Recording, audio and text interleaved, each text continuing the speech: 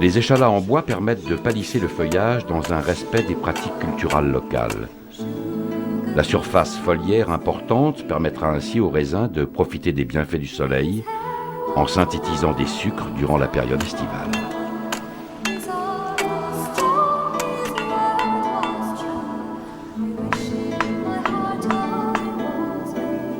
Ces coteaux escarpés furent domptés par les Romains qui édifièrent des terrasses soutenues par des murets de pierre, également appelés chais.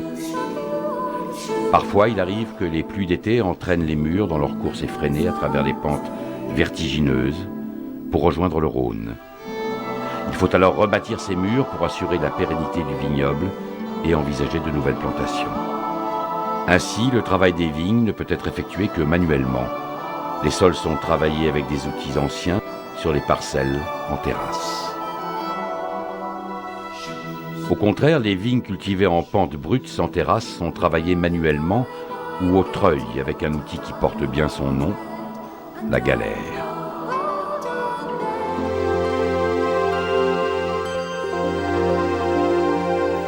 La période hivernale a laissé place à la douceur du printemps.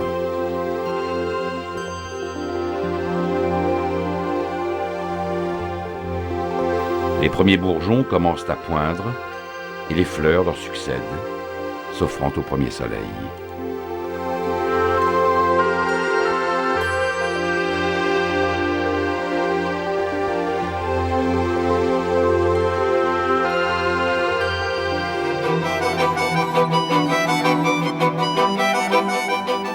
La viticulture est abordée depuis toujours dans un respect omniprésent de l'environnement. Le travail du sol est effectué manuellement et parfois assuré par le cheval. De plus, une lutte raisonnée contre les maladies et les parasites de la vigne permettent aux raisins cultivés au sein du domaine de révéler pleinement la complexité des plus beaux terroirs. Dans cet esprit, les bourgeonnages, l'attachage et l'essimage vont s'enchaîner jusqu'en été.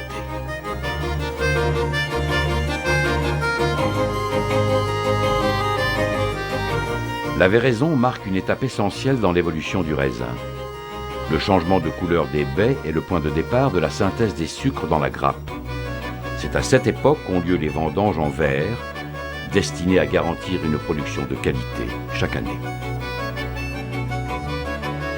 Enfin arrive la période tant attendue des vendanges.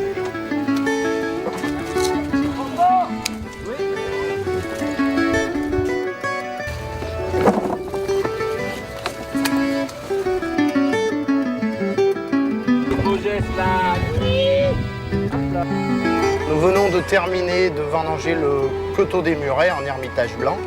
Je remonte rapidement la vendange sur empuis. Celle-ci sera triée avant d'être envoyée dans les pressoirs ultérieurement.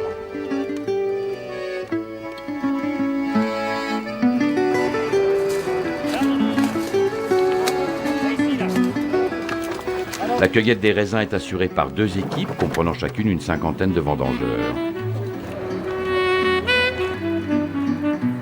Nous sommes dans les Côtes-Rôties, dans une parcelle que l'on nomme La Mouline, qui est une grande cuvée de chez M. Guial.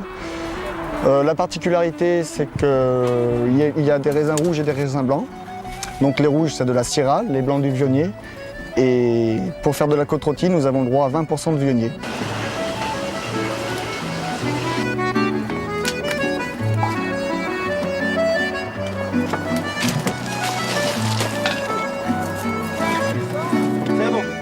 La récolte manuelle est transportée intacte à l'aide de caisses de petite taille et tous les raisins sont vinifiés dans les caves d'empuis.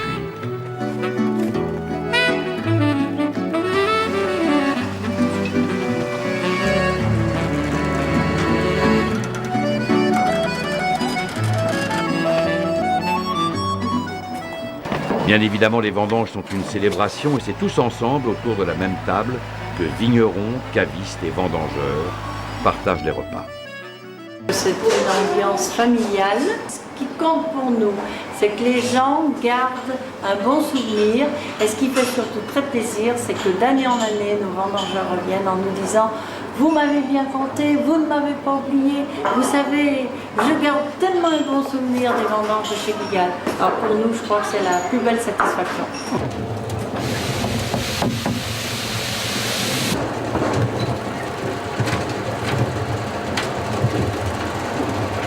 Nous rentrons Côte-Rôtie-la-Mouline.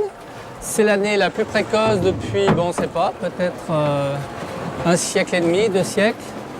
La maturité est absolument optimum, les raisins sont très sains, un petit peu déshydratés. Les conditions sont optimum pour faire un grand vin. Donc on s'attend à des vins avec beaucoup de richesse, bien sûr, il y aura beaucoup de soleil dans la bouteille, mais il y aura également beaucoup de matière, beaucoup d'aptitude au vieillissement. 14, record battu. Bien. Voilà, donc ici, les différentes étapes à la réception de la vendange sont d'abord l'arrivée des raisins dans des petites caisses, ensuite le tri de ces raisins, on fait un tri graine par graine pour enlever toutes les parties qui sont susceptibles d'être pourries, les feuilles, les cailloux, enfin tout ce qui n'est pas désirable. La vendange tombe ensuite dans le conquet où on va avoir la lecture du poids qui est reportée ici sur les ordinateurs. Et puis cette vendange va ensuite descendre à l'étage inférieur à travers un érafloir. On a ici un système unique où on a la possibilité d'érafler entre 0 et 100% avec un taux très précis, ce qui nous permet de directement estimer la maturité de la rafle. Et puis pour terminer, cette vendange va remonter directement dans les canalisations que l'on voit ici pour aller dans les cuves au premier étage.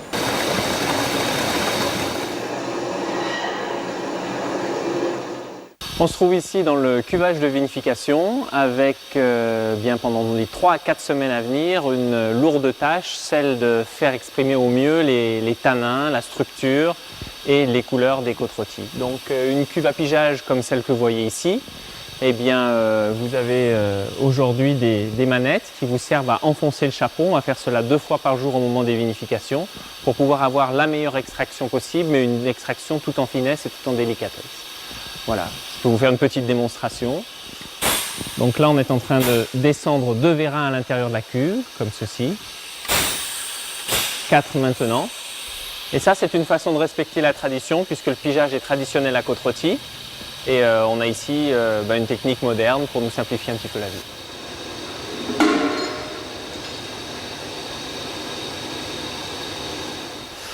Voilà, dans la partie vinification dans laquelle on se trouve maintenant, on peut voir les 50 cuves inox de 100 hectolitres chacune qui nous permettent de vinifier toutes les appellations des Côtes-du-Rhône septentrionales, Côte-Rôtie, Condrieu, Hermitage, Saint-Joseph et Crozes-Hermitage.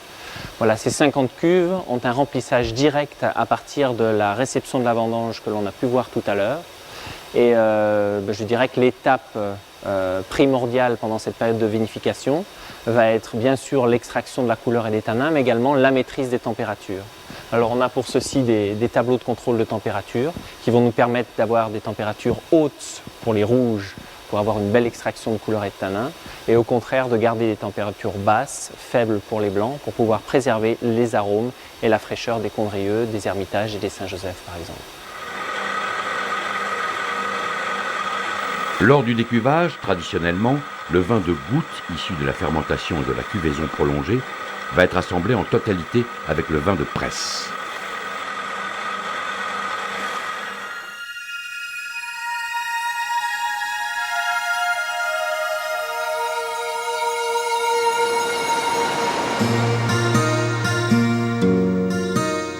Après la vie intense qui régnait dans les cuveries lors des vinifications, la nature ralentit son rythme et les couleurs pourpres de l'automne viennent envahir les paysages viticoles.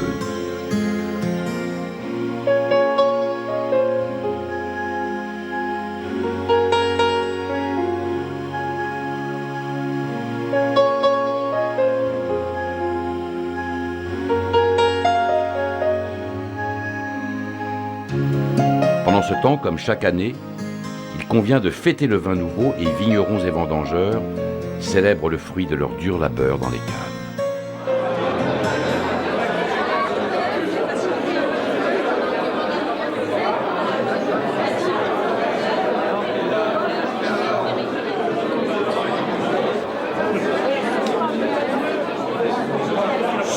On va sonner les honneurs pour tous les vignerons et pour la famille Guigal.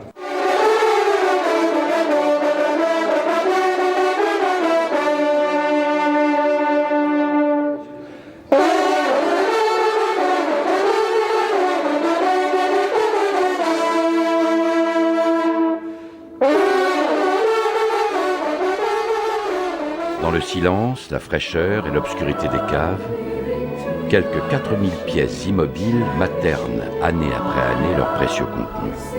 Ce calme n'est cependant qu'apparence, car nulle part ailleurs ne règne une vie plus intense. Ici, le chêne est roi.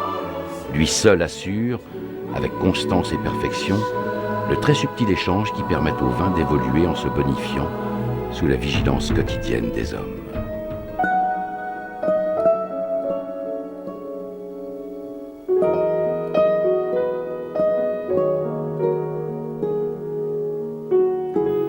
Le bâtonnage, l'houillage et le temps contribuent à révéler et à affiner cette matière brute, faite de fruits et de terroirs, de délicates nuances boisées, de vanille, de quelques tanins choisis.